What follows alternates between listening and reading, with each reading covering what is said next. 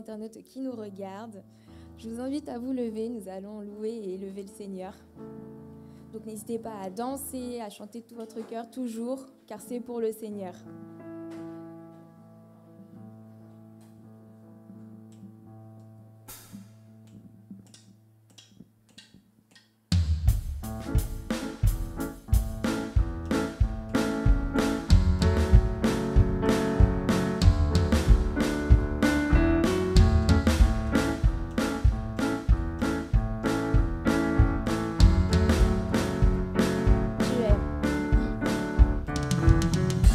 Tu es la lumière qui brille dans le noir. Oh oh oh oh. Tu es mon soutien, tu me redonnes de l'espoir. Oh oh oh oh. Tu es la lumière. Tu es la lumière qui brille dans le noir. Oh oh oh oh. Tu es mon soutien, tu me redonnes de l'espoir. Oh oh oh oh. Non, je n'aurai pas honte. Non, je n'aurai pas honte de proclamer de tout mon être. Je veux le déclarer. Christ est ma joie. Christ est ma joie.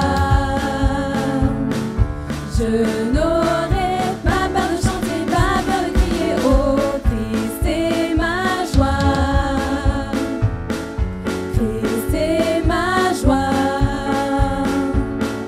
Je n'aurai pas peur de chanter, pas peur de crier. Oh, Pourquoi me taire?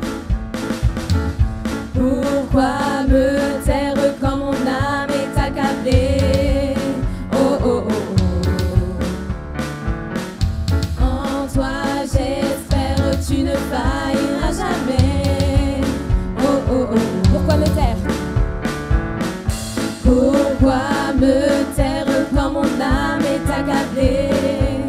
Oh, oh, oh, oh. En toi j'espère, tu ne failliras jamais. Oh, oh, oh. Non, je n'aurai. Non, je n'aurai pas honte de proclamer de tout mon être. Je veux le déclarer. Christ est ma joie. Christ est ma joie. Je n'aurai pas peur de chanter, pas peur de crier. Oh, Christ est ma joie. Christ est ma joie. Je n'aurai pas peur de chanter, pas peur de crier. Oh, Tu es la lumière. tu es la lumière qui brille dans le noir. Oh, oh, oh, oh.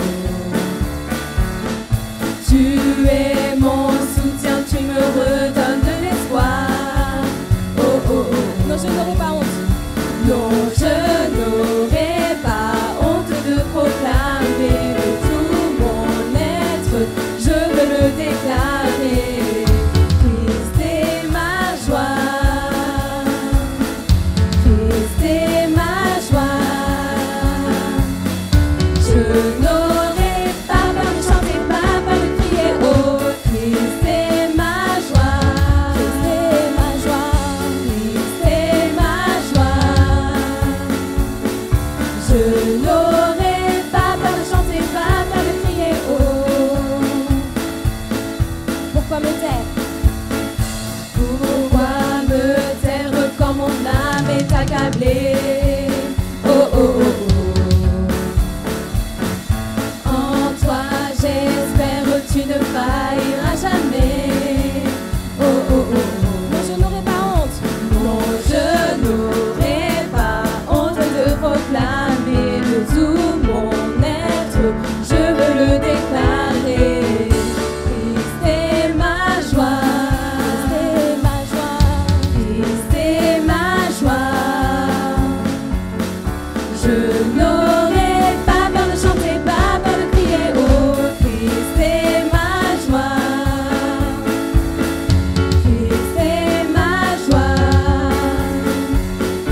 Je n'aurai pas peur de chanter, pas peur de crier, pas peur de chanter, pas peur de crier. Oh.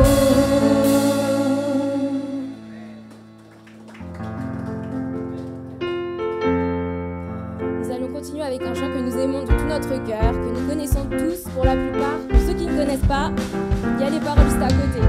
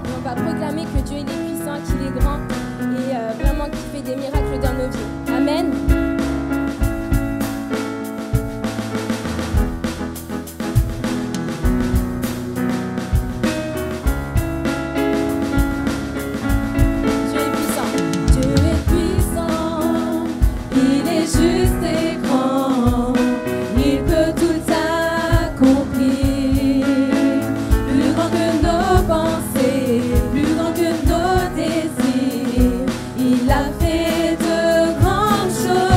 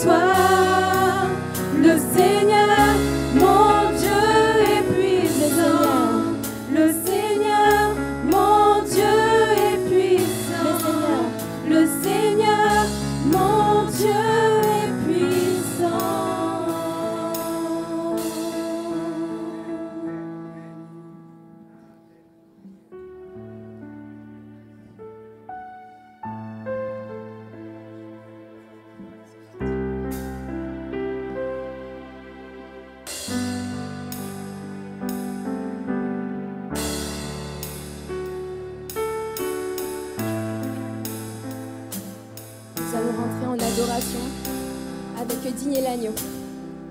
Digne est l'agneau. Digne est l'agneau sacrifié. Il est saint, il est saint. Un chant nouveau à celui qui siège sur le trône de grâce. Digne est l'agneau. Digne est l'agneau sacrifié. Il est saint, il est saint. Un chant nouveau à celui qui siège sur le trône de grâce. Oui, il est saint. Saint, oui, saint, trois fois saint, et le Seigneur tout-puissant, qui est et qui revient. Je chante avec la création, louange au roi des rois. Oui, tu es tout pour moi, et je veux t'adorer.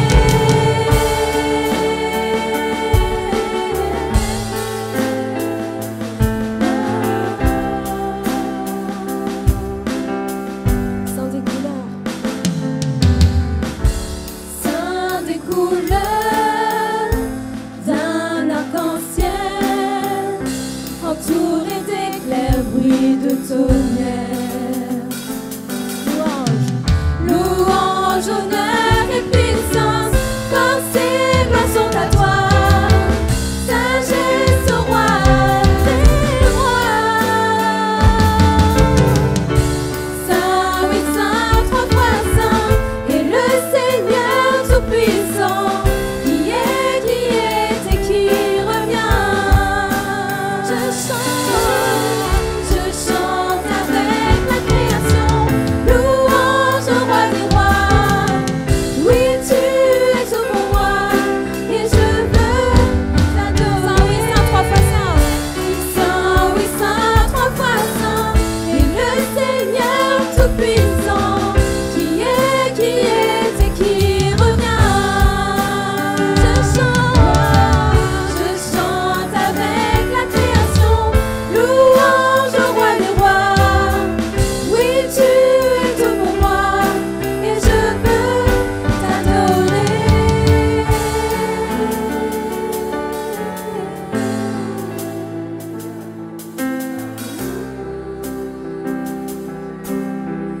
Émerveillé. Émerveillé, oui, bouleversé, au seul écho de ton nom. Émerveillé toujours. Émerveillé, oui, bouleversé, au seul écho de ton nom. Jésus. Jésus, ton nom est puissance, soufflez sur ce vie. Oh, quel mystère merveilleux. Saint, oui, saint, trois fois saint, et le Seigneur tout-puissant, qui est et qui revient. Je chante avec la création, louange au roi des rois.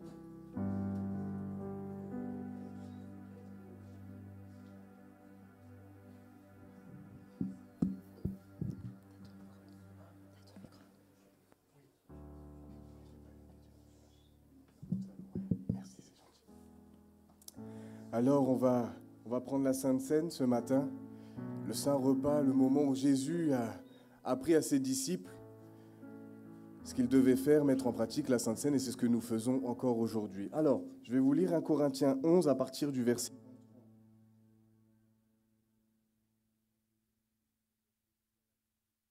Prit du pain, et après avoir rendu grâce, le rompit et dit, « Ceci est mon corps qui est rompu pour vous.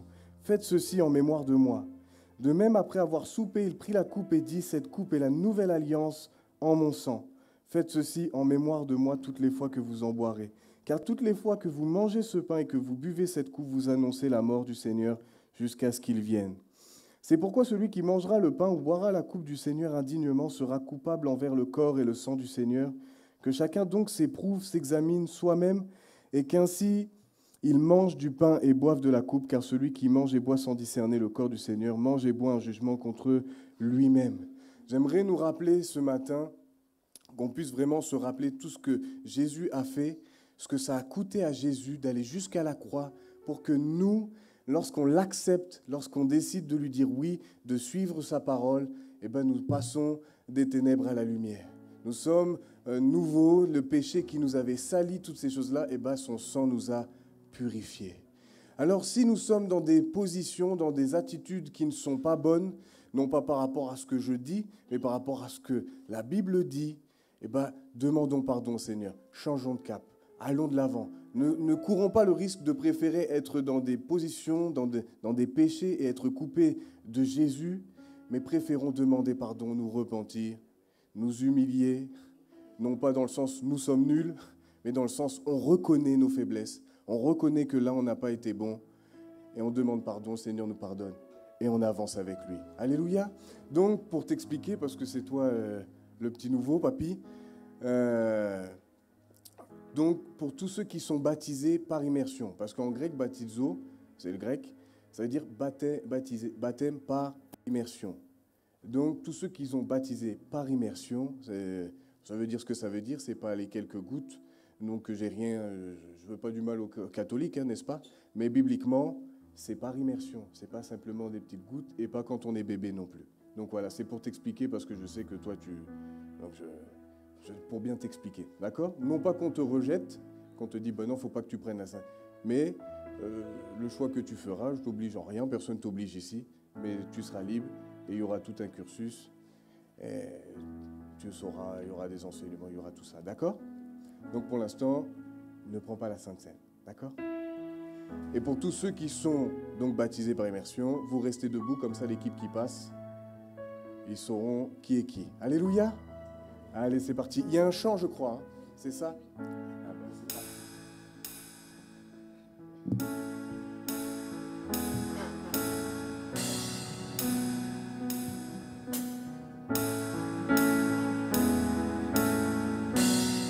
Seigneur, tu me cherches. Seigneur, tu me cherches. Tu me connais.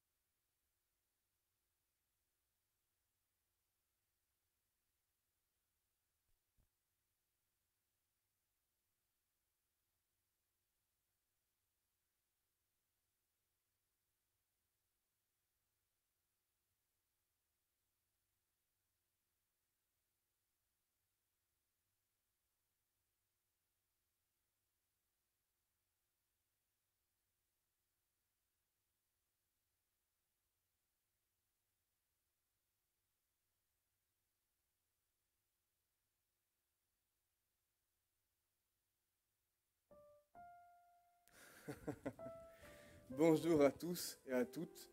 Vous allez bien? Je vais reposer la question. Vous allez bien?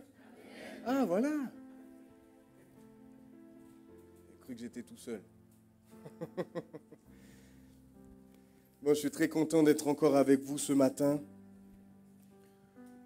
pouvoir partager ce culte avec vous. Merci à tout le groupe de louanges. Merci, les chants étaient super. C'est des chants que j'aime beaucoup.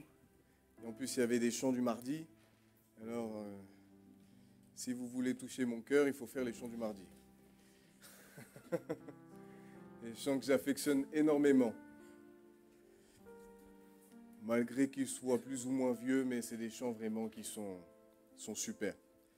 Alors, bonjour aussi à nos internautes, à ceux qui nous regardent. Soyez les bienvenus si c'est la première fois que vous venez. Et donc, je vais commencer. C'est la tradition ici, c'est qu'on accueille toujours les nouvelles personnes. Bon, pour moi, c'est une nouvelle personne, mais que je connais très bien.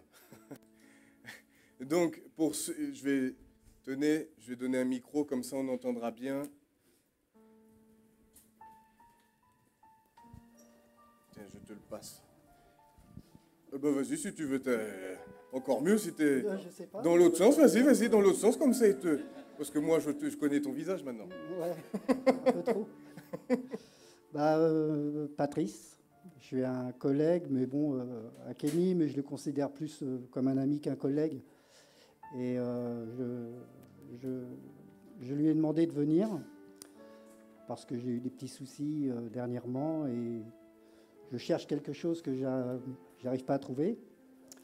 Donc peut-être que parmi vous, j'arriverai. Et puis...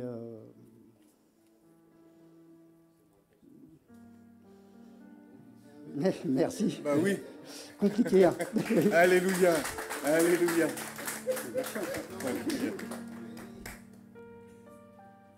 Hein? Mais il l'a dit Patrice. C'est la première chose qu'il a dit. Oui, parce que ce qu'il faut savoir, c'est que moi, vu que c'est mon collègue, on a tous des surnoms. Je ne vous dirai pas les miens, parce que j'en ai pas qu'un seul.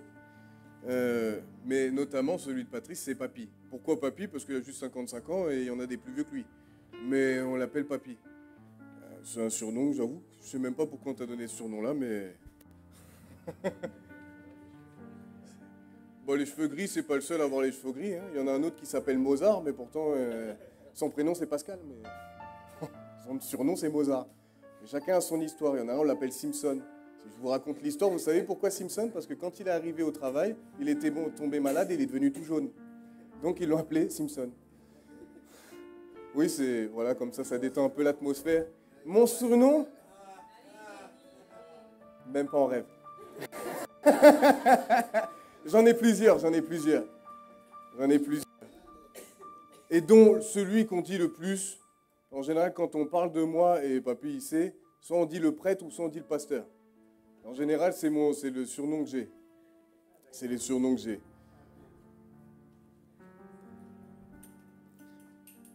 Donc, je suis très content que tu sois là. Et la solution, en tout cas, moi, je la connais. Ça fait des années que j'ai rencontré. Mais la solution, c'est Jésus. Oui, j'ai entendu, j'ai eu vent de... Tu n'as pas osé?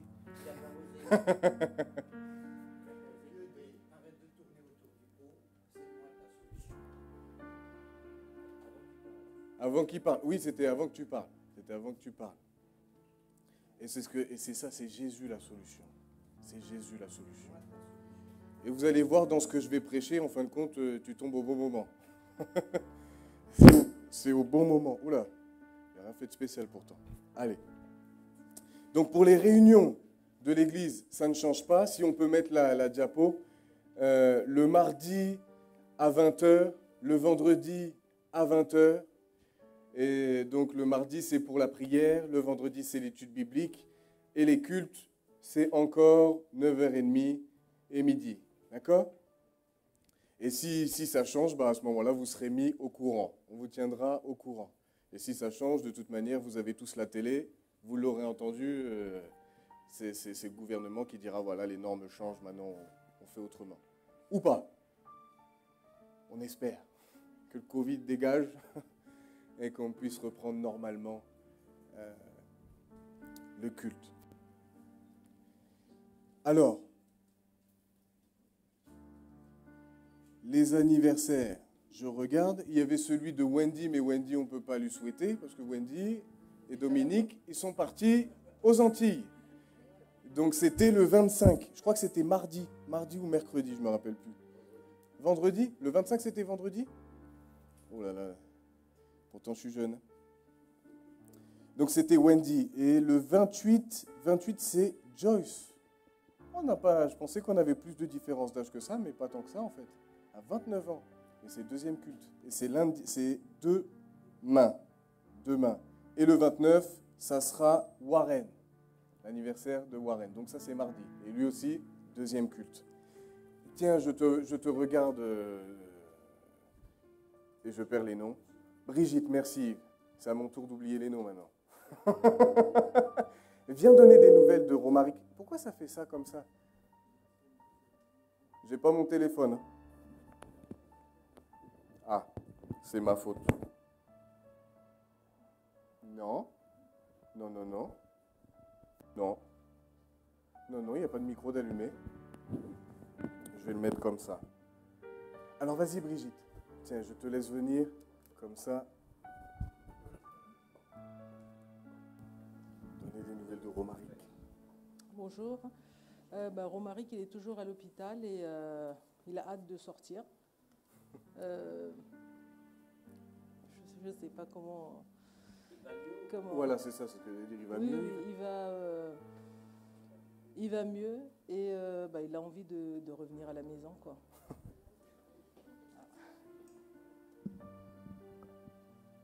Voilà. On est encore en pleine d'émotions et donc je sais pas comment vous expliquer tout ça, quoi. Mais bon, il a hâte de rentrer, quoi, et puis de venir à l'église. Alléluia. Voilà. Alléluia.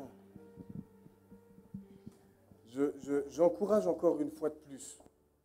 Vous savez, quand on vit des moments comme ça, moi je dis toujours, quand je n'allais pas bien, qu'est-ce que j'étais heureux quand Yves m'appelait pour me demander des nouvelles. Vous savez, je n'avais même pas besoin qu'il prie pour moi, même pas besoin de quoi que ce soit. Mais simplement le fait de m'appeler, ça voulait dire qu'il avait pensé à moi. Et donc, vraiment, je vous dis ça, c'est vraiment un encouragement. Appelez-le. Je sais que j'arrête pas de vous bassiner avec ça, mais c'est pas terminé. Certainement des années et des années encore que je vais vous dire les mêmes choses. Je ne me lasse pas de dire les mêmes choses, mais vous ne vous lassez pas d'entendre les mêmes choses. Alléluia. Donc j'ai eu des nouvelles de lui. Quand il me parle, il m'a dit à l'intérieur, ça n'a plus rien à voir. Il m'a dit, dans ma tête, ça va, à l'intérieur, ça va. On voit que c'est totalement différent par rapport au Romaric qu'on a vu qui était submergé, complètement écrasé, complètement... Vous savez, les situations, franchement, qu'est-ce que ça peut nous toucher? Si ici, dans les pensées, dans les émotions, qu'est-ce que ça peut faire des dégâts? Heureusement qu'on a Jésus. C'est là où vraiment on doit s'accrocher, parce que franchement, sans lui, on ne peut pas y arriver. On ne peut pas y arriver. Il y a des situations qui sont trop dures. Et des fois, ce n'est pas juste une, c'est une avalanche de situations. Et quand c'est une avalanche, là, ce n'est plus la même histoire. Alors, un grand encouragement aussi. Porte ouverte, l'organisation. Oui, j'ai oublié quelque chose? Non. L'organisation, porte ouverte. Oui, tu vas le faire. Ben, vas-y, commence à faire. C'est toi qui as pris la...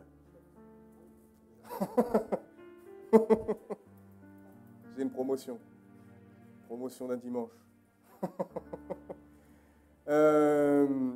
Donc, vas-y, mets sur l'écran comme ça, tout le monde va bien comprendre. J'ai eu cette idée-là, quand ça m'est venu, j'ai dit comme ça au moins, ça va être clair pour tout le monde, parce que je peux donner des explications, mais là, vous allez voir en même temps que je vais donner les explications. Donc, vous connaissez tous l'ONG Porte Ouverte. Vous connaissez tous? Ah, merci. Donc, c'est en faveur des chrétiens persécutés. Donc, ils rendent des comptes, ils ont des missionnaires qui vont dans les pays qui sont les plus persécutés pour aider les chrétiens qui sont dans le besoin. Donc, ils ont prévu, à partir du 1er juillet, tout un mois, bien qu'il n'y ait pas que l'Inde. Mais il faut savoir qu'en Inde, celui qui est le dirigeant là-bas, il a dit que à partir du 31 décembre 2021, il a dit qu'il veut en fin de compte éradiquer tous les chrétiens. Il ne veut plus qu'il y ait aucun chrétien dans tout ce territoire-là. Waouh! On en est loin, nous, on est en France. Hein. Et c'est un homme qui a de grande influence qui a dit ça dans le pays. C'est pour ça qu'il y a tant de violence, pour ça que les autres sont... On dit pourtant ils font du yoga, ils font tout ça, les hindous, ils sont zen ou je sais pas quoi. Mais ils le sont vachement contre les... Alors, vous tapez dans la barre de recherche de Google. Tout le monde connaît Google? Sur le téléphone ou sur votre ordinateur, peu importe, c'est la même chose. Ok? Donc vous tapez porte ouverte. Donc vas-y, clique sur le lien, c'est le premier.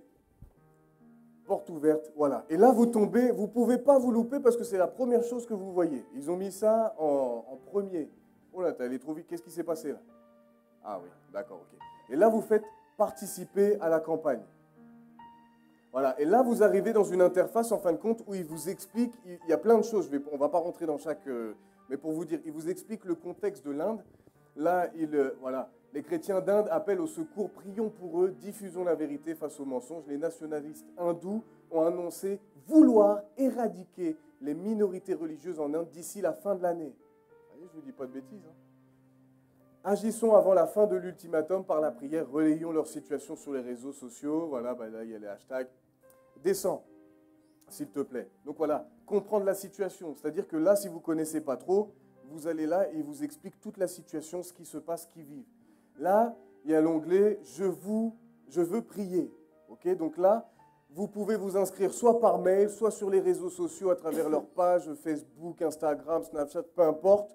Il y a plusieurs moyens, soit par WhatsApp. Enfin, il y a plusieurs moyens de pouvoir recevoir, parce que chaque jour, vous allez avoir un cas de prière bien précis pour l'Inde. Je rajoute encore, il n'y a pas que l'Inde. Il y en a bien d'autres des pays. Mais là, tout spécialement, pendant un mois, ils font cette action-là pour pouvoir prier pour l'Inde. Et il y a aussi soutenir les chrétiens. Donc à ce moment-là, ça c'est vous, où vous voulez soutenir, vous donner de l'argent, votre argent, parce que nous, on n'est pas, mais franchement, on n'est pas dans le besoin. Hier avec Yves, c'est ce que je disais quand on est allé dans le camp des Roms. Je dis franchement, il y en a beaucoup qui auraient besoin d'aller là, parce que ça leur éviterait de se plaindre. Franchement, ça nous apprendrait à relativiser. Je vous assure. Ils ont fait une église, il faut voir l'église. Mais comment il a fait? Même moi, j'étais étonné. Pourtant, je suis déjà allé en Afrique, mais je dis, mais qu'est-ce qu'il est débrouillard? Il a pris des morceaux de planches de droite et de gauche, rien qui est raccordé à l'extérieur. C'est un patchwork. Mais à l'intérieur, vous rentrez, je vous assure, c'est super beau. Et il a fait ça avec des troncs d'arbres. Un homme qui a fait ça, franchement, je dis gloire à Dieu. Avec un rien, ils ont fait une église. Il va y avoir des baptêmes, il y a des conversions. C'est magnifique. Et pourtant, quand vous allez, c'est la misère. Et les enfants, c'est ça avec qui on était étonnés. Les enfants, souvent, nous, en tant qu'Européens, on est là, oh oui, il faut les emmener à Disney, il faut les emmener à... Il faut faire ceci, il faut faire cela. Souvent, nous, on est un peu dans cette vision-là. Mais vous savez quoi? Il y a simplement des gens qui ont pris du temps avec eux, qui ont été présents, qui ont donné de leur temps, de leur personne. Ils ont fait des jeux ensemble, le jeu du foulard, vous connaissez? Vous avez une petite queue de renard, là. Ils se sont amusés comme des fous. Il n'y avait pas de tablette, il n'y avait pas de smartphone, il n'y avait pas tout ça. Pas Candy Crush, Angry Birds ou je ne sais pas quoi. Mais ils étaient heureux parce que des gens se sont souciés d'eux, ont pris de leur temps, leur ont donné des vêtements, leur ont donné à manger. Enfin voilà, c'est ça. Moi je dis, c'est les choses simples. Des fois on essaie de faire trop compliqué, mais en fin de compte on peut agir dans des choses simples. On donne de notre personne. Alors voilà, c'est bon, j'ai tout dit par rapport à ça. C'est bon, tout le monde a compris, c'est bien clair? Comme ça, quand vous allez, vous mettez l'onglet « Je veux prier »,« Je veux soutenir », peu importe, vous faites ce que vous avez dans votre cœur et puis vous participez à cet événement. D'accord?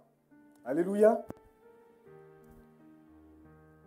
Vas-y, tu peux y aller. Ah, c'est bon, tu l'as fait? Eh bien, tiens, je vais te donner le micro, comme ça. Bah si, c'est pour que...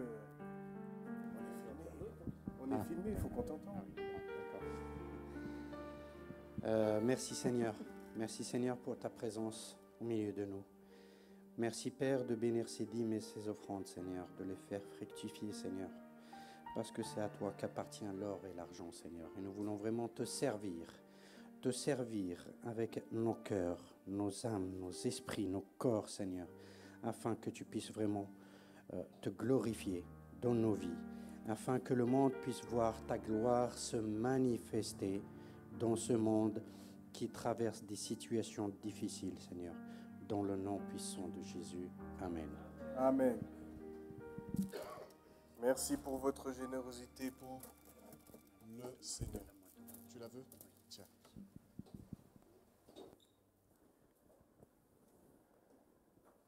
Bon partage les préados. Et puis à tout à l'heure. Alors je vais partager avec vous. Vraiment c'est quelque chose que j'ai dans le cœur. Vraiment c'est quelque chose qui m'a beaucoup pesé. Et je suis content de commencer, pouvoir me libérer de ça.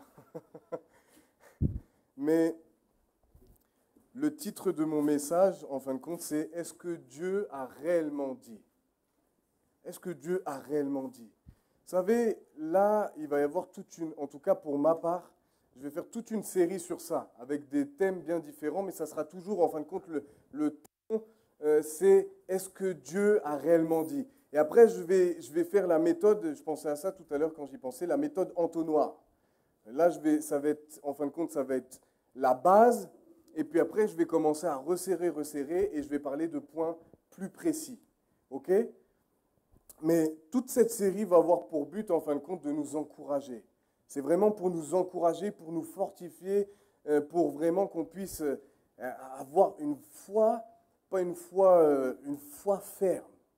Une foi ferme en ce que Dieu dit, en ce que Dieu a déclaré pour ta vie, pour ma vie, et qu'on puisse non pas simplement le connaître comme ça dans notre tête, mais que ce soit une réalité qu'on puisse vivre la parole de Dieu. D'accord?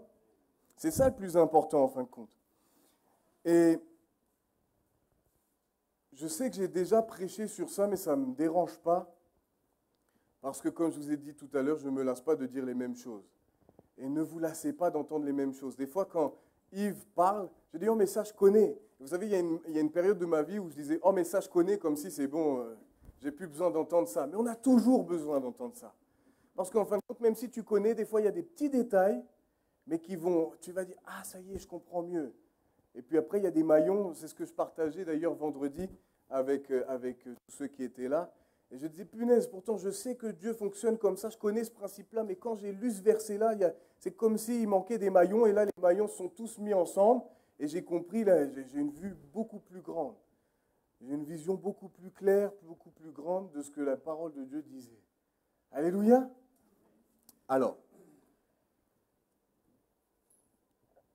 on va voir surtout, on va parler vous connaissez tous le récit de la création, dans la Genèse. Tout le monde connaît que Dieu a créé la terre et les cieux, tout ce qui s'y trouve, les animaux, les plantes, les arbres, enfin tout, même l'infiniment petit, l'infiniment grand, parce qu'en fin de compte, je ne sais pas si vous êtes assez friand de ça, mais moi j'aime beaucoup ça, c'est les documentaires, de toutes sortes.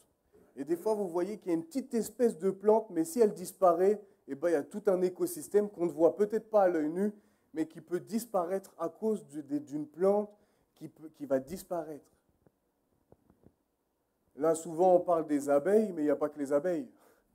On parle de toutes ces choses-là, mais il n'y a pas que ça. Il y a tellement de choses qu'en fin de compte, si on les détruit, ça dérègle tout. Dérègle tout. Mais Dieu, lui, lorsqu'il a créé toutes ces choses-là, c'était parfait. Même nous, quand on regarde notre corps, on est une sacrée machine quand même, hein. On arrive à créer des chars d'assaut, on arrive à créer des avions qui vont à je ne sais combien de kilomètres heure, mais quand on regarde le corps, la complexité, et même d'ailleurs, pourtant il y a des très bons scientifiques, mais au niveau du cerveau, il y a des choses qu'ils ignorent, des choses qui sont extrêmement complexes. Ben ça, c'est Dieu qui a créé ça. Dieu nous a créés. Moi, je ne le sens pas, mais par exemple, mon cœur qui bat, il a un rythme, il sait qu'il doit avoir ce rythme-là, et ce n'est pas moi qui le guide. Je ne le sens même pas battre. Je ne me dis pas, tiens, là, mon cœur bat. Est-ce que quelqu'un s'est déjà dit ça? Est-ce qu'à un moment, on a pensé, ah tiens, est-ce que mon cœur bat? De toute manière, s'il ne bat plus, on va s'en rendre compte. Mais c'est pareil, c'est comme, en fin de compte, je suis en train de vous parler, je bouge mes mains, mais c'est mon cerveau qui commande ça, mais je ne sens pas que mon cerveau, je ne sens pas un truc qui est là, il y a un truc, un lien, pourtant il y a des ligaments, il y a tout ça, il y a des liaisons nerveuses qui gèrent toutes ces choses-là. C'est Dieu qui a créé ça. C'est pas magnifique? Mais là, on va voir qu'il y avait un animal, et lorsque vous voyez un serpent, j'en ai déjà vu, et je ne lui ai pas dit va-t'en Satan, mais c'est pour comprendre qu'à travers le serpent, en fin de compte, c'était le diable. C'était le diable, le malin, vous l'appelez comme vous voulez, l'accusateur des frères. Il a différents noms. Lucifer, qui était son nom. Satan, il a plusieurs noms, mais ça reste la même personne. Et j'aime beaucoup, c'est que dans Genèse 3.1, il est dit « Le serpent était le plus rusé de tous les animaux des champs que l'Éternel Dieu avait fait. Il dit à la femme, Dieu a-t-il réellement dit ? Vous ne mangerez pas de tous les arbres du jardin. » Et c'est là qu'on voit qu'en fin de compte, la stratégie du diable, c'est toujours la même chose. C'est que, en fin de compte, Adam et Ève étaient au courant de ce que Dieu avait dit, qu'ils pouvaient manger de tous les arbres du jardin, sauf un qui était un arbre spécial, celui de la connaissance du bien et du mal. C'était la seule chose qu'ils n'avaient pas le droit de faire. C'était quand Dieu a donné sa volonté pour eux à ce moment-là, la seule limite qu'il a donnée, c'est celle-ci, de ne pas manger le fruit de cet arbre. Et non, ce n'est pas une pomme. Comme on dit souvent, je ne sais pas pourquoi d'ailleurs on dit une pomme, alors que là c'est marqué un fruit. Pas dit une pomme, il dit un fruit.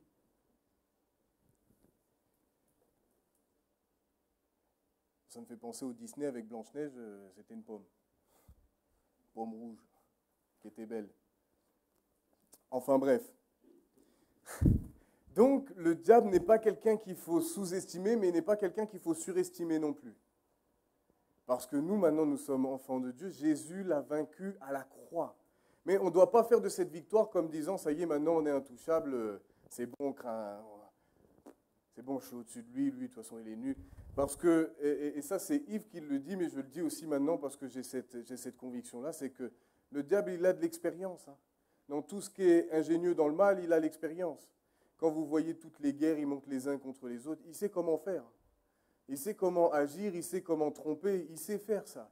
Il a l'expérience, il a tout ce qu'il faut. Et en plus, c'est son job. Parce que lui, il sait qu'il est perdu, mais il veut que le plus grand nombre d'entre nous, nous soyons perdus avec lui. Mais ce n'est pas ce que Jésus veut. Ce n'est pas ce que Dieu veut. Alors déjà, on va voir au niveau de l'approche de ce fameux serpent.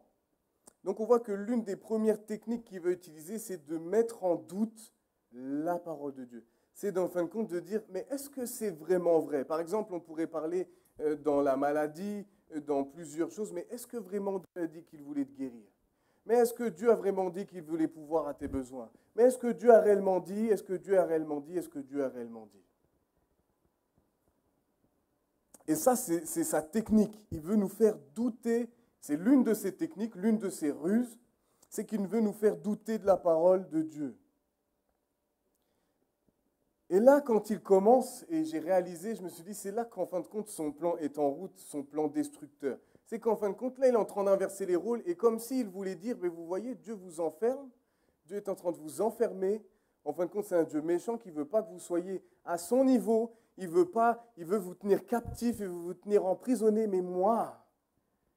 C'est comme si Satan disait, mais moi, j'ai la solution pour vous libérer. Mais quelle supercherie!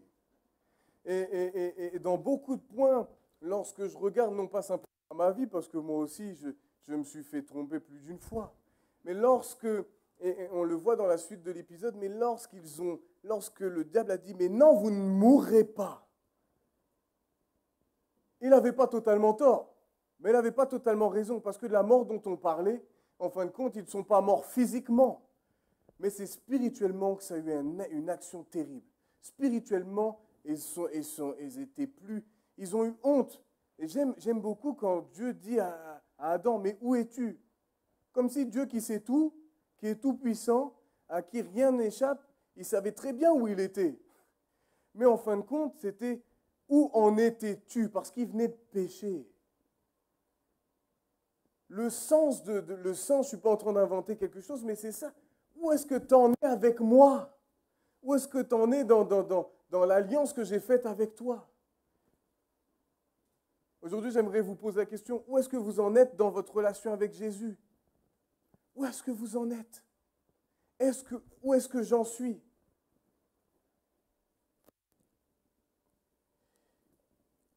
Et j'aime ce détail, c'est que la femme, lorsqu'elle va dire, elle va répondre au diable, elle va dire quoi?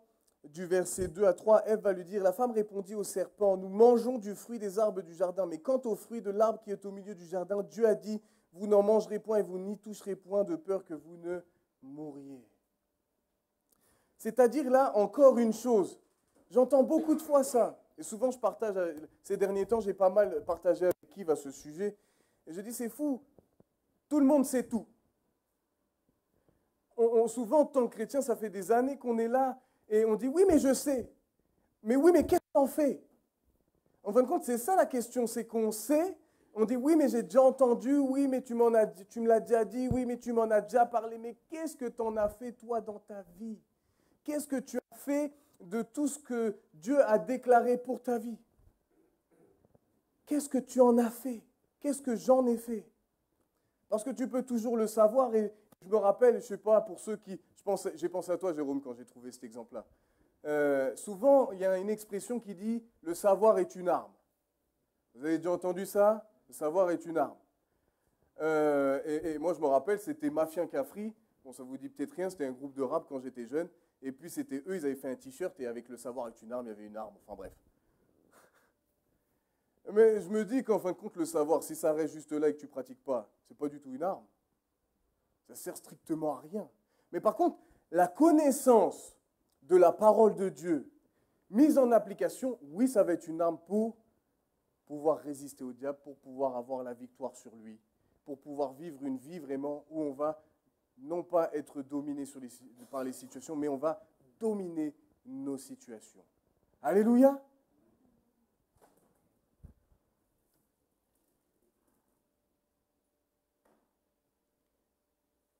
Mais ce n'est pas fini. Le serpent, il continue. Il est persévérant dans son domaine. Hein. Le diable est persévérant dans son domaine.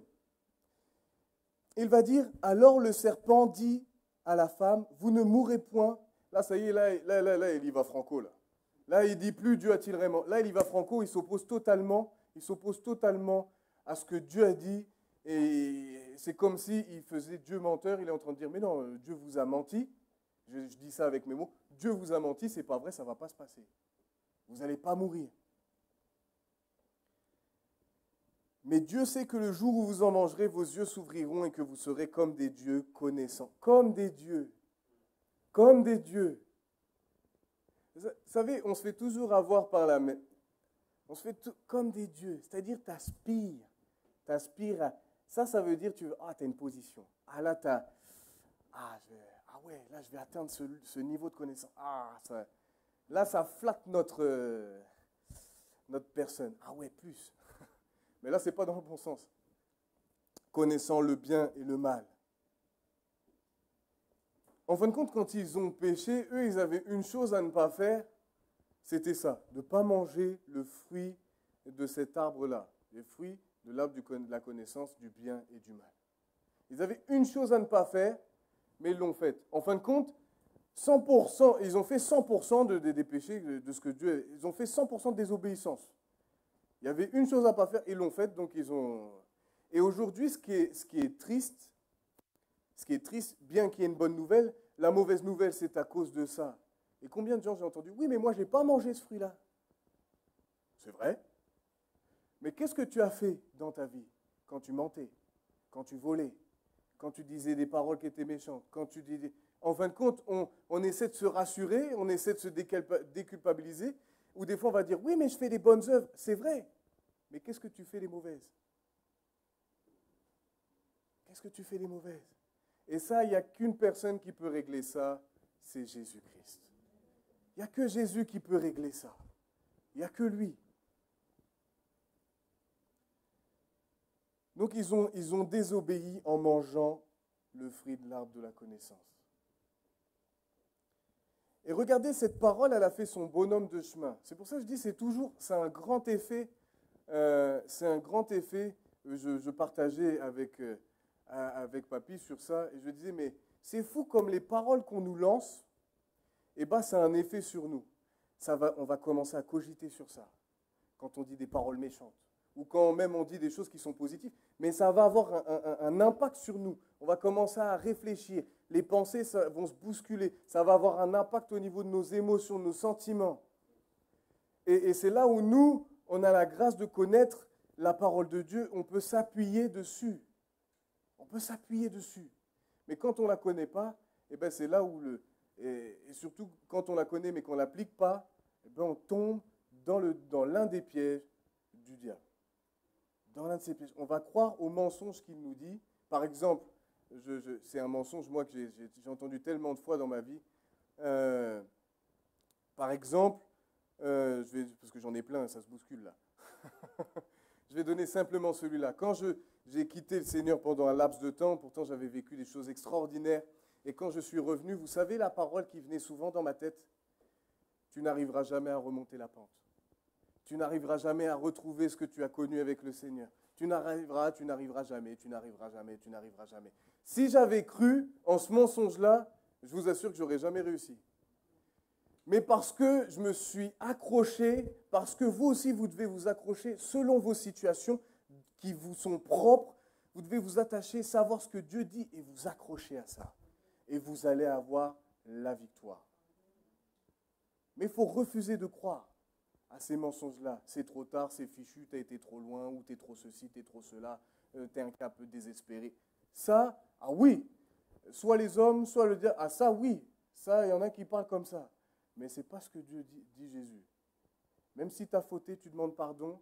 La Bible dit que quand tu demandes pardon avec ton cœur sincèrement, il te pardonne, il te purifie de tout ce que ça engendre, tout le mal.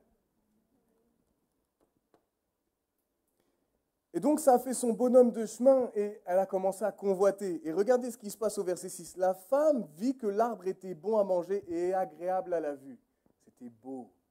Ça donnait envie.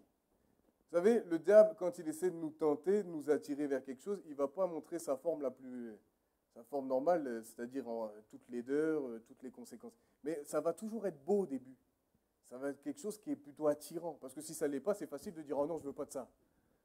Vous savez, je pense à mon fils, quand il voit des pommes de terre, il n'aime pas l'aspect des pommes de terre, et ben, je peux vous dire qu'il pousse tout de suite l'assiette. Hein. Il n'en veut pas. Mais quand c'est quelque chose qui est agréable, ah ben là c'est papa, donne-moi la cuillère, c'est moi qui mange tout seul. Donc le fait d'avoir accordé plus d'importance à ce qu'a dit le serpent, plutôt que ce que Dieu avait dit, ça a suscité quelque chose de spécial en Ève. C'est quoi? La convoitise. Ça a suscité la convoitise.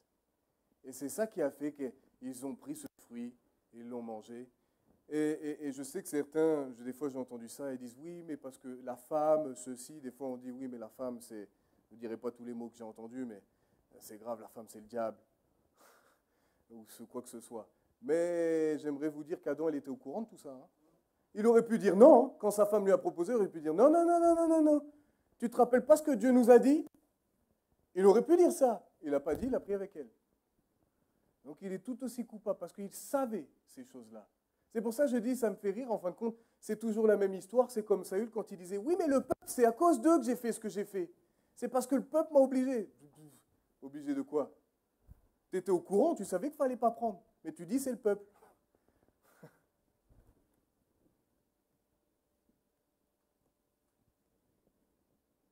Et donc on sait qu'à cause de ça, le péché est entré dans le monde. Tout ce qu'ils vivaient, il y a eu toute une prophétie.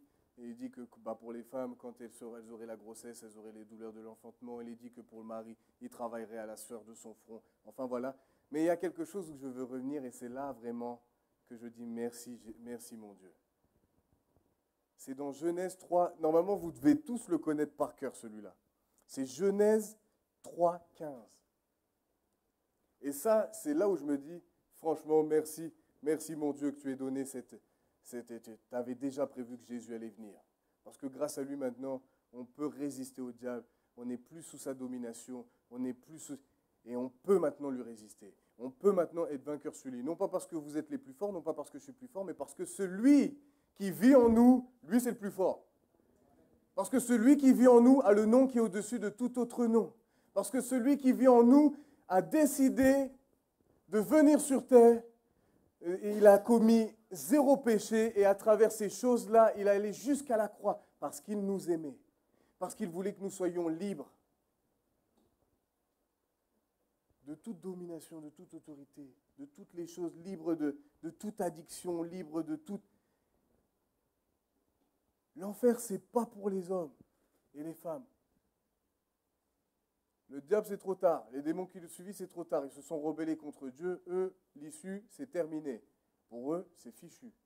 Mais pour nous, il y a encore de l'espoir. Pour l'humanité, il y a encore de l'espoir. Grâce à ce que Jésus a fait. Je mettrai inimitié entre toi et la femme. C'est au serpent qu'il est en train de parler. Il est en train de dire inimitié. Vous voyez, j'ai ma Bible.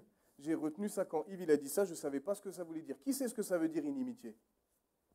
Personne ne sait ce que ça... Enfin, qui sait ce que... Vous savez, qui sait ce que ça veut dire inimitié? C'est plus que ça. C'est plus que ça. Moi, j'ai marqué hostilité.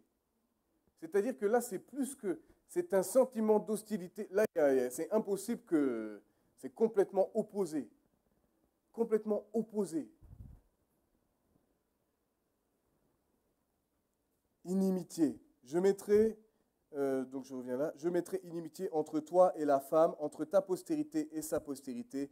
Celle-ci t'écrasera la tête et tu lui blesseras le talon. Là, ce qu'il est en train de nous dire, c'est que Jésus, en fin de compte, c'est une prophétie qui nous parle de Jésus. Dans le fait où Jésus a été blessé au talon. De quelle manière? Du fait qu'il est mort à la croix. Mais en fin de compte, sur la croix, il a écrasé Satan. C'est-à-dire que Colossiens 2,15 nous éclaire à ce sujet-là. Satan et toutes les autres dominations qui sont avec lui. Il est dit, il a dépouillé les dominations et les autorités et les a livrées publiquement en spectacle, en triomphant d'elles par la croix. La dernière fois, je disais à Yves, j'ai dit, oh, j'avais jamais remarqué. J'étais au cimetière, je passe par le cimetière, ça me raccourcit, et il y a une grande croix. Il y a une grande croix, donc vous voyez, voilà, il y a Jésus qui est cloué. Mais vous savez, et j'ai vu qu'il y avait un serpent qui était autour, mais en fin de compte, il était écrasé, ce serpent-là. J'ai dit, oh punaise, ça me fait penser à Genèse 3,15. C'est ça, Genèse 3,15? Je ne sais plus. Oui, c'est ça, Genèse 3,15.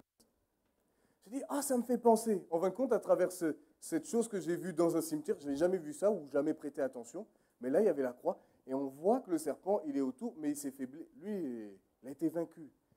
Jésus a été blessé au talon dans le sens où il est mort, naturellement parlant, sur la croix, mais il a été ressuscité le 3e jour.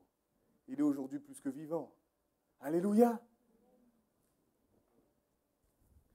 Parce que si ça s'arrête,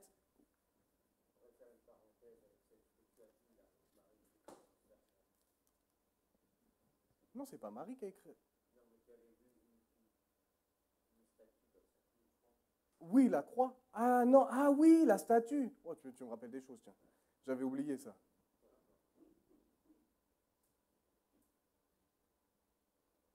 Tu veux... Ah oui, d'accord, que je le... Ah oui, par rapport à Marie.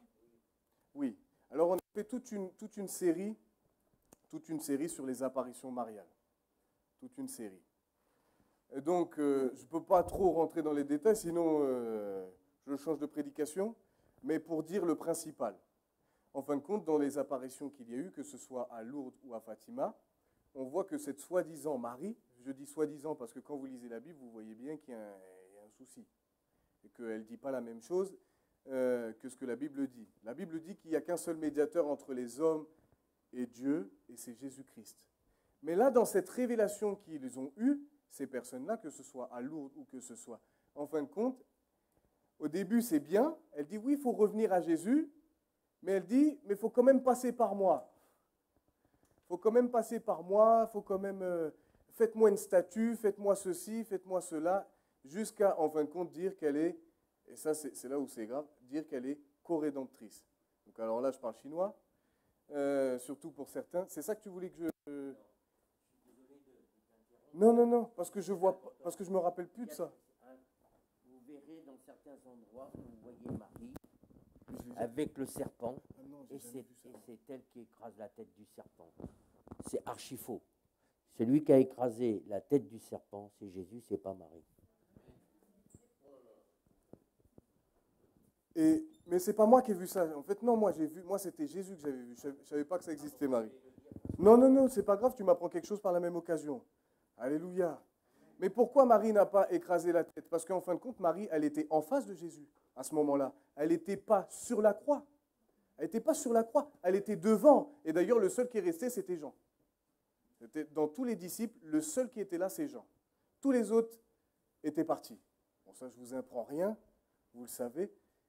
Mais c'est là qu'on voit que c'est fou. Si on ne lit pas sa Bible, on peut croire plein de choses. Mais la Bible est formelle. Il y a tellement de versets qui me viennent. Maudit quiconque est pendu sur le bois, c'est-à-dire que Jésus a pris toutes les malédictions. Dans Ésaïe 53, il est dit qu'il a pris nos infirmités, il a tout pris. Il a été insulté, on s'est moqué de lui, on lui a craché dessus. C'est lui qui a subi tout ça. Lui qui a tout subi. Et c'est des choses qui ont été dites bien avant que Jésus arrive. Et qui sont avec un niveau de détail, c'est impossible que ce soit quelqu'un qui ait pu inventer ça, qui ait pu dire, ben voilà, ça va se passer comme ça. C'est vraiment une révélation que Dieu a donnée à Ésaïe notamment. Et je crois qu'il y a un autre même qui parle de ce que Judas allait faire, avec les 30 pièces d'argent. Et ça aussi, c'était marqué, mais bien avant que ça se passe. Ça montre que Dieu est Dieu. Dieu connaît le commencement, connaît la fin. Il connaît tout. Ça ne veut pas dire qu'il a dit, bah tiens, Amstramgram, piqué, collégramme, c'est Judas que je vais prendre, comme ça c'est lui qui va. Non, parce qu'il voulait. Si Jésus a choisi Judas, parce qu'il faisait partie des disciples, et il lui parlait, il était enseigné, mais c'est Judas qui a résisté jusqu'à la fin. Mais Jésus aimait Judas. Et si Judas avait demandé pardon, il aurait pardonné. Mais étant donné que Dieu connaît tout, il connaît les cœurs bien à l'avance, il savait que Judas, malgré tout ce qu'il allait entendre, il allait résister, il n'allait pas écouter. Et son problème, lui, c'était au niveau de la trésorerie. Merci Yves pour ce détail. Je ne savais pas qu'il y avait des statues qui parlaient de... où c'était Marie qui écrasait la tête du serpent.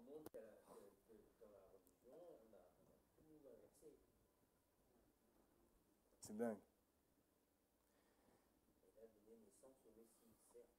Et ce qui est une grâce formidable, c'est ce que je dis. C'est ce que j'aime dire. Souvent, on nous dit, oui, mais vous ne respectez pas. Souvent, quand on parle avec oui, mais vous ne respectez pas Marie. Mais au contraire, on a un profond respect pour elle. Je dis que franchement, la mission qui lui a été accordée est lourde de conséquences. Porter le sauveur du monde en elle, l'éduquer, parce que ça, on n'y pense peut-être pas, mais c'est-à-dire qu'il fallait qu'elle prenne soin de lui, il fallait que... Ce n'est pas une petite histoire. Hein. Ce n'est pas une petite histoire. Et c'est là où je veux en venir. Là, j'ai donné la base par rapport à Genèse, comment le diable peut opérer, mais j'aimerais vous donner un autre détail. Et j'ai souligné cette partie-là dans l'attente du bon moment. Je vais vous donner un exemple. C'est marrant parce que hier, j'ai vu ça. J'étais sur Facebook et j'ai vu une vidéo sur ça. Je comptais déjà vous donner l'exemple. Est-ce que vous avez déjà regardé des documentaires animaliers? Oui, je sais, je suis très branché documentaire ce matin. Mais c'est parce que ça nous montre quelque chose. Quand vous regardez un peu les lionnes, parce que les lions, ce n'est pas les lions qui chassent, c'est les lionnes. Quand les lionnes chassent et qu'elles veulent s'attaquer à un troupeau, que ce soit des zèbres, que ce soit des gazelles, peu importe, est-ce qu'elles vont prendre celui qui est le plus fort? Pourquoi elles ne prennent pas celui qui est le plus fort? Parce qu'elles savent très bien qu'elles n'arriveront pas à le choper. C'est-à-dire qu'elles vont attendre, souvent elles sont cachées derrière un buisson, où elles se mettent à longer, elles attendent, elles visualisent, elles font un peu le tour du terrain, elles essaient de voir. Et s'il y en a un qui a le malheur d'être un peu fatigué, et souvent vous savez comment ils se font avoir, c'est quand ils ont soif, quand ils meurent de soif. En fin de compte, ils s'approchent, ils ont tellement soif, la seule chose, ils ne regardent pas ce qu'il y a autour. La gazelle ne regarde pas ce qu'il y a autour, le zèbre non plus. Ce qu'ils font, c'est qu'ils vont direct au point d'eau parce ils meurent de soif, donc ils ont envie de boire. Mais ils sont fragiles parce que du coup, ils n'ont pas bu, ils sont plus vulnérables. Et c'est à ce moment que la lionne arrive et chope. Et le pire, c'est quand c'est des petits. Alors là, quand c'est des petits, Alors là, s'il suffit qu'il y ait le malheur que la maman soit partie, le petit s'est perdu. Alors là, vous pouvez être sûr et certain que lui, ça va être le 4 heures de la lionne. C'est sûr. Tout ça pour expliquer quoi? Comment ça a commencé? Vous connaissez tous cette histoire qui est dans la Bible. C'est Jésus, lorsqu'il s'est fait baptiser, la colombe est descendue, là où Dieu va dire, voici mon fils bien-aimé en qui j'ai mis toute mon affection. Et c'est à ce moment-là où il va être poussé à aller dans le désert, jeûner pendant 40 jours. Donc, c'est-à-dire qu'il est dit qu'à partir de ce moment-là, il y a un moment où Jésus a eu faim. D'accord? J'invente rien, c'est dans Matthieu de chapitre 4 au verset 2. Après avoir jeûné 40 jours et 40 nuits, il eut faim. Et c'est à ce moment-là que le diable va rentrer en action. Il va utiliser le moment où Jésus a faim pour essayer de le détourner de son appel, c'est-à-dire d'aller jusqu'à la croix, de ne pas pécher, d'aller jusqu'à la croix, et du coup, c'est lui qui est cet agneau sans tache ni ride dont on parle dans la parole, dans l'Ancien Testament. Et j'aime beaucoup ce verset par rapport au lion, parce qu'il est dit dans 1 Pierre 5, du verset 8 à 9, « Soyez sobres, soyons sobres, veillons, veillez. Votre adversaire, le diable, rôde comme un lion rugissant, cherchant qui il dévorera. » C'est-à-dire qu'il sait très bien, si tu es en pleine forme spirituelle, si tu es au top de ta forme, il sait que s'il vient, tu vas le balayer d'un coup, d'un seul, tu vas prier, tu vas prendre autorité, c'est bon, il va déguerpir et il sait qu'il n'a aucune chance. Par contre, quand il y a des situations difficiles dans ta vie, lorsque tu commences à être affaibli par l'épreuve, que ça puisse être au travail, dans ton couple, avec tes enfants, il y a tellement de sphères différentes dans lesquelles on peut être touché, on peut être affaibli. Et bien c'est à ce moment-là où il visualise, il regarde, il dit, ah tiens, lui, comment? Ah là, ça y est, je vais mettre un peu plus le paquet. Ah tiens, lui, il est encore un peu plus, ah tiens, je vais remettre encore le paquet. Cherchant qui dévorera. Résistez-lui avec une foi ferme. Et j'aime beaucoup parce qu'à chaque fois, il est parlé d'une ferme assurance. Une foi ferme. Tout le temps, c'est le mot ferme qui est donné. Sachant que les mêmes souffrances sont imposées à vos frères dans le monde. Là, moi, quand j'ai lu ça, j'ai pensé à toute l'Église persécutée, ceux qui sont en train de souffrir simplement parce qu'ils aiment Jésus, qu'ils veulent vivre comme Jésus. Mais que tous les autres, que ce soit au travers de l'islam, au travers de l'hindouisme, ils ne veulent pas de ces paix. Donc, ils les persécutent. Mais en fin de compte, ils n'ont rien fait de mal. Le mal qu'ils ont fait, c'est un peu comme Jésus. Jésus, on a dû mentir pour aller l'emmener jusqu'à la croix, parce qu'en fin de compte, le seul mal qu'il a fait, c'est de dire la vérité, de guérir les gens, d'encourager les gens à ne plus vivre dans le péché. En fin de compte, il n'a fait que des choses qui sont bonnes. Mais ça ne plaisait pas aux opposants. À cette époque-là, les pharisiens et bien d'autres. Et puis l'Empire romain, à cette époque-là, il ne voulait pas trop se mouiller. Je ne refais pas toute l'histoire. Vous la connaissez. Donc on voit que Jésus, il a dû faire face, il a dû lui aussi résister au diable. Alors, le mot sobre, j'ai pris la définition, c'est le Larousse, tout ce que vous voulez, vous avez dans le dictionnaire. Quelqu'un qui est mesuré dans sa manière d'agir et de parler, qui n'est pas dans l'excès. C'est-à-dire quelqu'un qui va être modéré, qui va être mesuré. Il ne va pas partir dans des excès, mais ça va être quelqu'un de mesuré. Il y a le fait de veiller.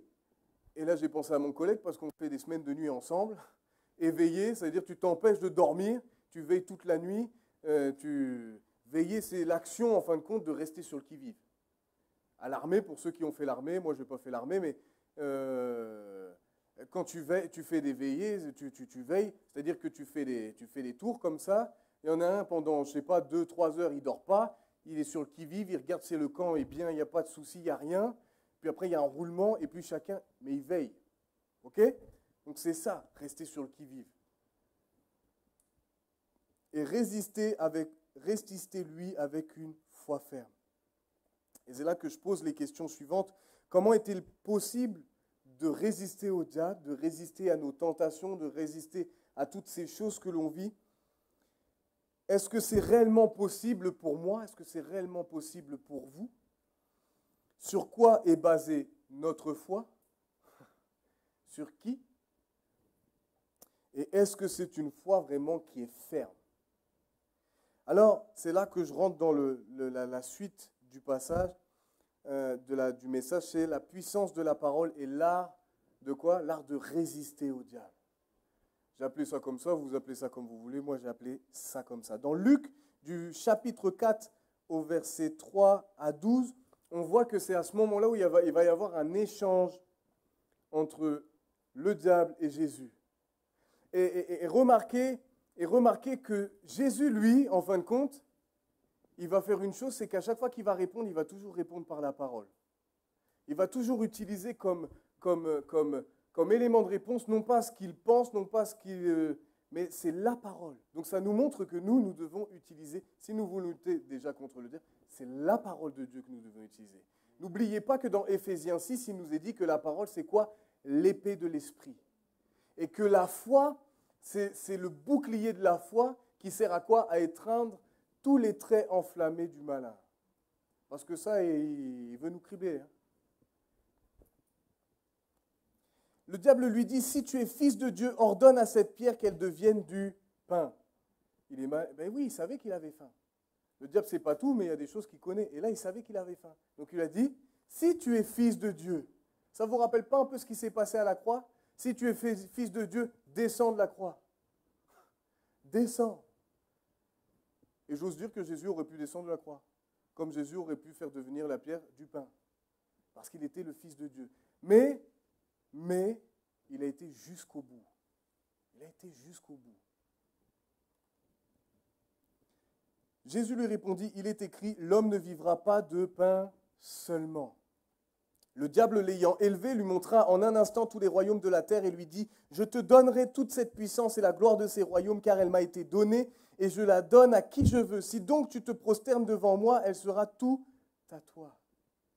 Jésus lui répondit, il est écrit, tu adoreras le Seigneur ton Dieu et tu le serviras lui seul. Le diable le conduisit encore à Jérusalem, le plaça sur le haut du temple et lui dit, si tu es fils de Dieu, jette-toi d'ici en bas car il est écrit, ah, là il a changé de stratégie. Là, il a utilisé la parole. Il a dit, car il est écrit. Ça peut paraître un détail, mais un détail qui a vraiment son importance. Car il est écrit, il donnera des ordres à ses anges à ton sujet afin qu'ils te gardent et ils te porteront sur les mains. Ils te porteront sur les mains de peur que ton pied ne heurte contre une pierre. Jésus lui répondit, il est dit, tu ne tenteras point le Seigneur ton Dieu.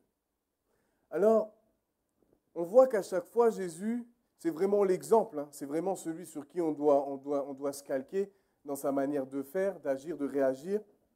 Et là, ça nous encourage à ce sujet. Déjà, on voit que la première chose qu'il va, en fin de compte, ce que le diable va attaquer en premier, c'est l'identité de Jésus. Il va dire, si tu es fils de Dieu. C'est-à-dire que là, il est en train de dire, en gros, si tu ne fais pas ça, c'est que tu n'es pas vraiment le fils de Dieu. C'est comme s'il était en train de le chercher et lui dire, non, tu dis, tu n'es pas vraiment le Fils de Dieu. Si tu es vraiment le Fils de Dieu, alors tu vas pouvoir faire cette chose-là. Vous savez comment il pourrait en fin de compte nous parler de la même manière. Mais si tu es enfant de Dieu, alors, si vraiment tu es un fils d'adoption, si vraiment tu es une fille d'adoption, vas-y, tu peux le faire. C'est pas grave, tu as la capacité de... Fais-le. Mais pas pour les bonnes choses. C'est-à-dire que là, on voit, si tu... Imaginez le diable, il est en train de dire, vous avez une tentation, il dit, c'est bon, tu es un fils, tu es une fille d'adoption, c'est pas grave, tu peux te permettre ce péché, c'est pas grave. Au pire, tu demandes pardon après, mais tu peux te permettre ça. C'est bon, tu peux te permettre ça, c'est bon, il n'y a pas de souci. Il va s'attaquer à notre identité, à qui nous sommes. En tant que fils et fille d'adoption, enfant de Dieu. Et la réponse que Jésus va donner se trouve dans Deutéronome chapitre 8 au verset 3. Pas besoin de le mettre, c'est simplement pour ceux qui prennent des notes. J'ai fait les recherches. La seconde prise de parole, il va lui dire, mais tout m'a été donné. Tout m'a été donné. Si tu veux, moi je te les donne, tout m'a été donné. Vous savez que le prince de ce monde, la Bible dit que c'est Satan. C'est lui qui est le prince de ce monde. Mais il n'est pas notre prince à nous. Il n'est pas notre roi à nous. Nous, notre roi, c'est Jésus. Alléluia.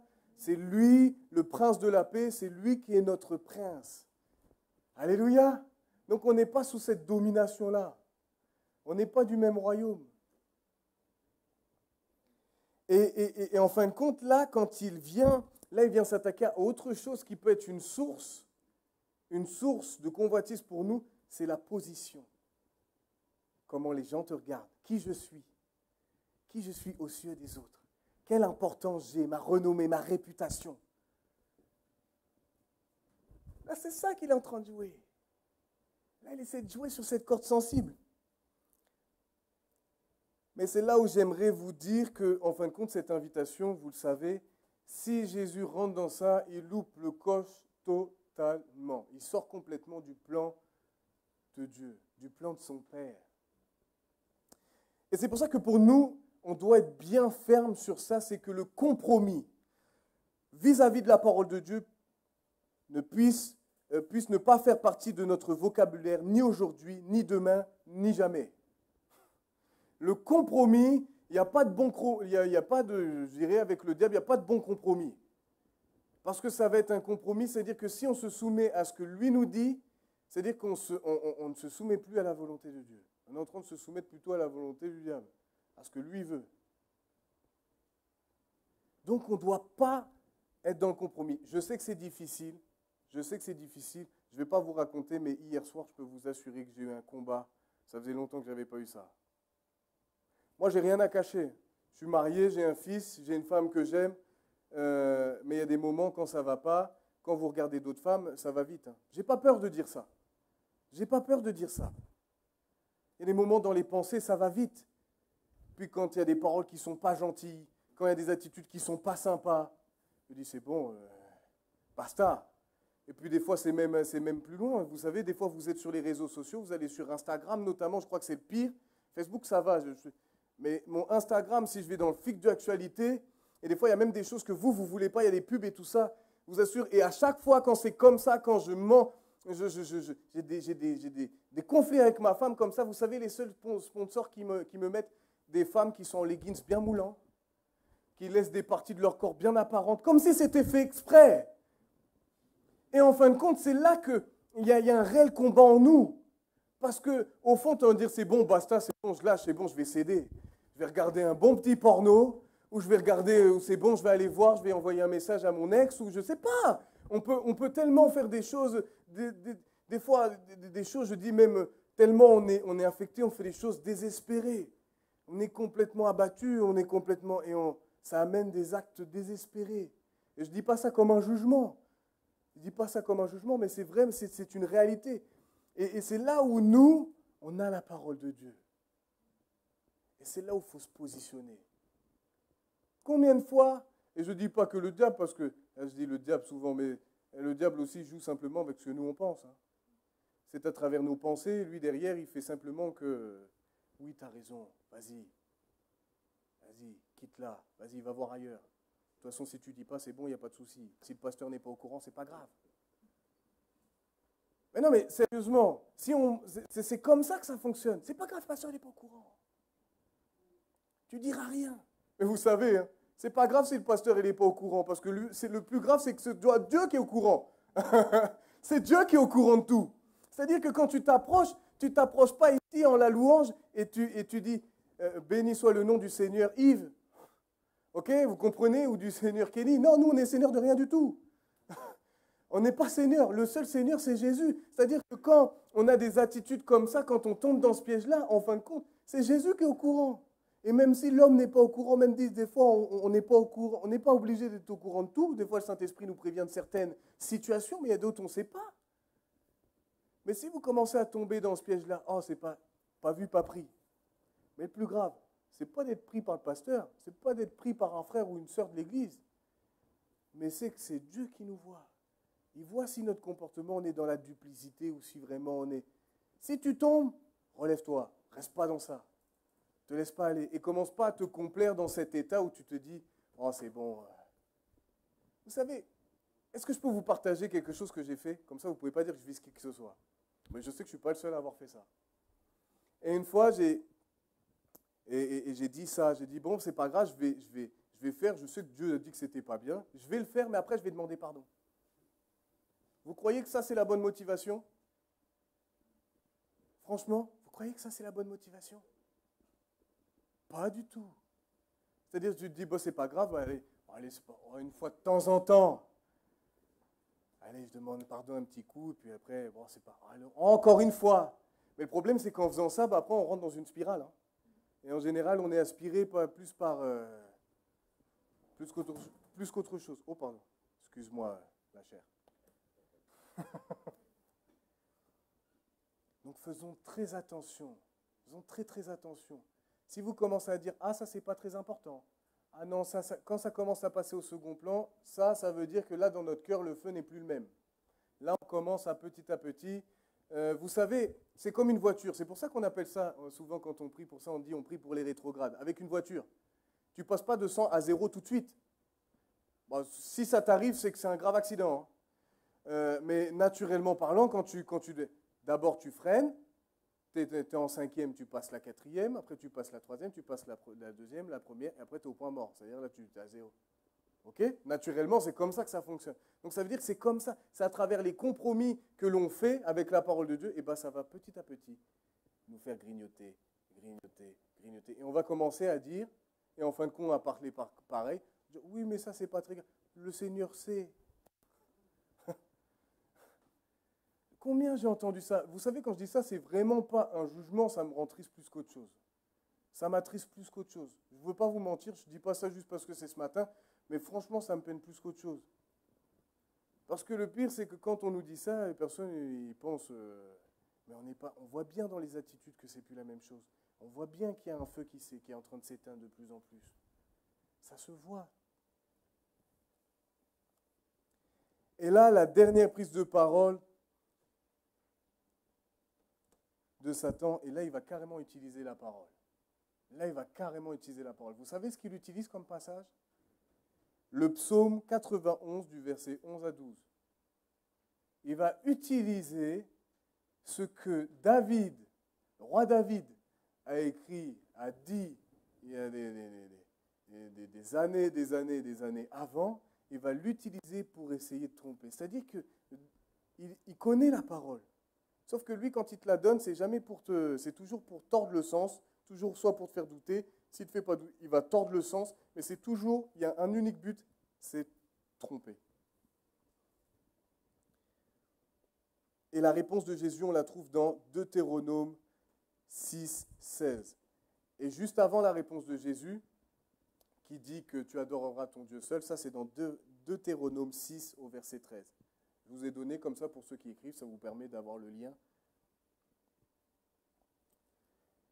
Et donc c'est là, il y a une vérité biblique qui est exposée et on la voit dans Jacques 4, 7. Elle est en lien avec Luc 4, 13 et c'est là, et c'est fini. C'est la conclusion. C'est qu'en fin de compte, la Bible nous dit « Soumettez-vous donc à Dieu, résistez au diable et il fuira loin de vous. » Vous voyez qu'encore il y a une progression. Il y a plusieurs mots qui sont mis. Et donc là, on voit, la première chose, c'est de se soumettre à la parole de Dieu. On ne se soumet pas parce qu'on se sent obligé, mais on se soumet parce qu'on aime. Souvent, j'aime ce verset qui dit il nous a aimés le premier. Parce qu'il n'a pas attendu le jour où j'ai voulu me racheter de tous mes comportements à l'âge de 19 ans pour dire, tiens, il faudrait peut-être que j'aille à la croix. Il n'a pas attendu ça. Bien avant, il nous aimait déjà le premier. Bien avant que toi, tu saches que tu allais te convertir, lui, il savait. Lui, il savait. Et il avait fait ça pour toi. Tu as aimé le premier. Donc, quand on se soumet parce qu'on aime véritablement Dieu. Et lorsqu'on est soumis, lorsqu'on se conforme à la parole de Dieu, ça ne veut pas dire qu'on est parfait. Mais ça veut dire que quand tu tombes, tu reconnais et tu demandes pardon et tu continues. Tu ne te laisses pas, tu te dis pas, ça y est, allez, tu te laisses pas faire. Si tu tombes, tu es tombé. Mais reste pas dans le fond du trou. Relève-toi. Parce que c'est ce que Jésus veut faire. Jésus ne veut pas, quand tu tombes, te dire, bah, ça y est, c'est foutu pour toi. Attends, je vais t'achever un peu. Je te mets un petit coup de savon. Non, non. Ça, c'est pas Jésus. Au contraire, il tend toujours la main afin qu'on puisse revenir à lui. Toujours. J'aime beaucoup la Bible dit qu'il cherche des adorateurs. Jésus a dit qu'il cherchait des adorateurs en esprit et en vérité. Et ça, j'ai retenu parce que ça m'avait marqué. C'est en latin, adorare, qui veut dire, en fin de compte, c'est aimer passionnément, embrasser passionnément. Donc ça veut dire ce que ça veut dire. Ça veut dire ce que ça veut dire. Passionnément. Soyons des hommes et des femmes passionnés par le nom de Jésus. Soyons passionnés par son nom, par tout ce qu'il représente, par tout ce qu'il fait. Soyons des personnes passionnées, qui ne comptons pas. Je pense toujours aux sportifs, ceux qui aiment le foot, vraiment ils sont passionnés, ils ne comptent pas. Hein. Et puis il y a les sacrifices qui vont avec. Le fait de résister implique un effort de notre part, implique d'y mettre de l'énergie et de ne pas se laisser faire face aux pensées qu'on peut avoir et face à toutes les ruses qui, derrière nos pensées, le diable va utiliser pour nous tromper. On ne peut pas lui résister par nos propres forces, mais par la parole de Dieu qui va être notre épée de l'esprit, puis notre foi que nous utiliserons comme un bouclier face aux traits enflammés du malin. Et c'est ça que j'aime, c'est qu'il n'aura donc aucun autre choix que de fuir comme il l'a fait avec Jésus. Mais regardez, il y a un détail aussi qui est mentionné, c'est dans Luc 4,13. Après l'avoir tenté de toutes ses manières, le diable s'éloigna de lui jusqu'à un moment favorable. Ça veut dire, la victoire d'aujourd'hui, ce n'est pas une victoire définitive. Ce que je veux dire par là, ça veut dire qu'il va encore essayer, par divers moyens. Il va essayer par ta femme. S'il n'y arrive pas par ta femme, il va essayer par les enfants. S'il n'y arrive pas par les enfants, il va essayer avec le travail. Il va tout essayer. Tout faire pour qu'on puisse tomber. Mais c'est à nous, véritablement, de nous accrocher. Et le pire, et c'est ça que j'aime beaucoup, c'est que dans tous les cas, à chaque fois, la victoire nous est promise. Il dit, si tu es soumise, si tu es soumis à Dieu, si tu résistes au diable, ça peut être plus ou moins long. Des fois, c'est très long. Mais en tout cas, il faut toujours s'attacher à ça. Que ce soit long ou pas, moi, je dis souvent, quand j'ai des gros combats comme ça, j'ai dit, de toute façon, tu n'as pas le choix, tu es obligé de fuir. Et de toute façon, tu n'as pas le choix. Et dit, même si tu es en train de me faire croire que voilà, je vais être écrasé par la situation, et bien que je sois des fois écrasé à un certain niveau, que en gros, c'est terminé. J'ai dit, non, je vais lutter, je vais résister, et de toute manière, tu n'as pas d'autre choix que de fuir. Parce qu'on est plus que vainqueur par celui qui nous a aimés. Et celui qui nous a aimés, c'est Jésus. Donc je crois franchement que c'est quelque chose qui devrait nous encourager dans notre vie de tous les jours. Oui, Dieu a réellement dit, mais c'est à nous de nous accrocher. Même si tu vois tout l'inverse dans ta situation, oui, Dieu a réellement dit. Dieu n'est pas un menteur. La semaine prochaine, on verra, ce thème, c'est toujours Dieu a-t-il réellement dit, mais ça sera sur la tranche. Est-ce qu'il a réellement dit qu'il voulait prendre soin de moi? Est-ce que véritablement Dieu veut prendre soin de moi? On verra, est-ce que Dieu a réellement dit aussi, ça sera le troisième message, est-ce que Dieu a réellement dit qu'il me donnerait la capacité de pouvoir traverser ce que je vis? Et le quatrième point, qui n'est pas des moindres, parce que je vois que des fois, franchement, il y a des soucis avec ça. Est-ce que Dieu a réellement dit que si je demande pardon, je suis vraiment pardonné? Pour l'instant, j'en ai que 4. Je ne sais pas si ça va augmenter, mais c'est venu simplement. Alors, je vous donne le déroulé. Là, c'était simplement la base, mais là, après, je vais rentrer dans les détails. Donc, la semaine prochaine, ce sera ça. Est-ce que Dieu veut vraiment prendre soin de toi, Léa? Est-ce que Dieu veut vraiment prendre soin de toi, papy? Est-ce que Dieu veut vraiment prendre soin de toi, Brigitte? Et des fois, on voit que les situations, ça peut nous faire vaciller. Hein. Quand tout va bien, là, il n'y a pas de souci, mais quand on commence à voir l'inverse, on commence à douter. Est-ce que c'est vraiment un bon père? Est-ce que j'ai un bon papa dans le ciel? Bon, je ne vais pas plus loin. Ça sera pour la semaine prochaine. Alléluia. Et donc, c'est ce que je voulais vous présenter déjà, en tout cas pour la base. Dieu a réellement dit, il faut prendre au sérieux ce que Dieu a dit. Et dans tous les cas, ce qu'il a dit, ça va s'opérer dans ta vie. Peu importe le timing. peu importe le timing, ça va se faire. Tu vas le vivre. Tu vas le vivre. Ce n'est pas une histoire de ministère ou quoi que ce soit, c'est une histoire simplement qu'on est enfant de Dieu. Et que toutes les promesses qu'il a faites, il les a faites. Nous sommes héritiers. Nous sommes les héritiers du grand roi. Je sais qu'on chante souvent des chants comme ça. On connaît ces chants-là. Mais croyez-y parce que c'est pour vous aussi. Amen. Alors c'est parti. On se lève. Je prie simplement. Je prie simplement.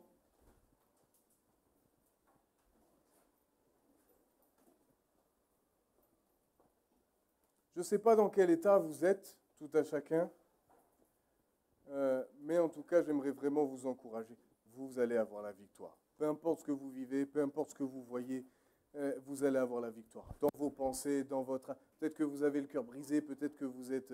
Il y a plein de choses qui se sont passées, vous avez entendu des paroles méchantes, vous avez eu des attitudes qui étaient méchantes, il y a plein de choses comme ça qu'on peut subir, mais j'aimerais vous dire vraiment, vous allez voir la main de Dieu agir dans votre vie. Non pas parce que c'est moi qui le dis, mais parce que c'est sa parole qui le dit. Ayons une ferme assurance. La connaissance à elle seule, ça ne sert à rien. Si c'est savoir pour ne pas mettre en pratique, ça ne sert à rien. Mais si vous mettez en pratique, vous allez voir. Et en plus de ça, ça va avoir d'autres bénéfices. Et celui que je trouve le plus merveilleux, c'est que vous allez être de plus en plus fort.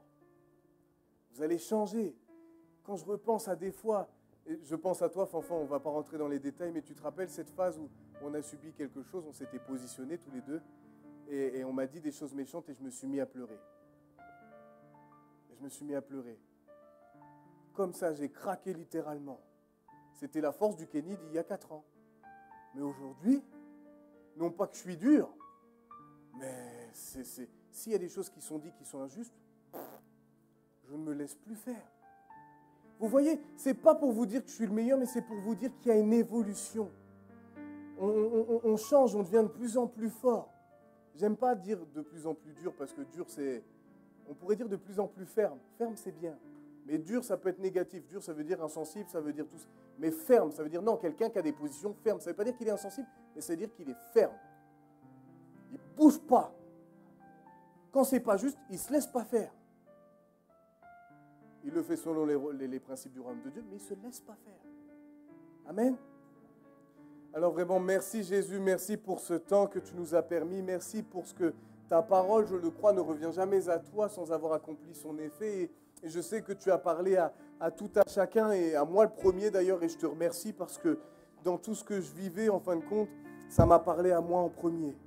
Et je veux vraiment te bénir, je veux vraiment te glorifier parce que si nous sommes là aujourd'hui, si nous sommes encore ici, et même des fois nous sommes découragés, mais si nous tenons, c'est parce que tu nous as fait des promesses. C'est parce que aujourd'hui tu nous donnes la capacité d'eux. Et vraiment, je veux être reconnaissant, je ne veux pas croire que c'est moi qui fais, je ne veux pas croire que c'est mes frères et sœurs qui font selon leur propre force, mais c'est parce que c'est toi qui véhicules. C'est toi qui nous encourage, c'est toi qui nous fortifie, dimanche après dimanche, jour après jour. Dans notre vie, c'est toi qui nous encourage. Mais en tout cas, nous voulons te faire cette déclaration, Seigneur. Nous voulons te faire cette affirmation, c'est que nous voulons croire, même si nous voyons l'inverse, que tu as réellement dit. Oui, tout ce qui est dans ta parole, tout ce que tu as proclamé, oui, c'est toi qui l'as proclamé. Et même si les circonstances, et même si à des moments, les hommes ou des femmes que nous croisons sur notre route nous disent l'inverse, nous disent que nous sommes fous, que nous sommes insensés, mais nous voulons croire, Seigneur, que ce que tu as dit, tu l'as dit. J'aime ce verset qui dit que tu n'es pas un homme pour mentir, ni te repentir. Alors nous nous accrochons à cela pour croire que tout ce que tu dis va s'accomplir dans notre vie, à court, moyen ou long terme, mais ça va s'accomplir dans le nom de Jésus. Amen. Alléluia.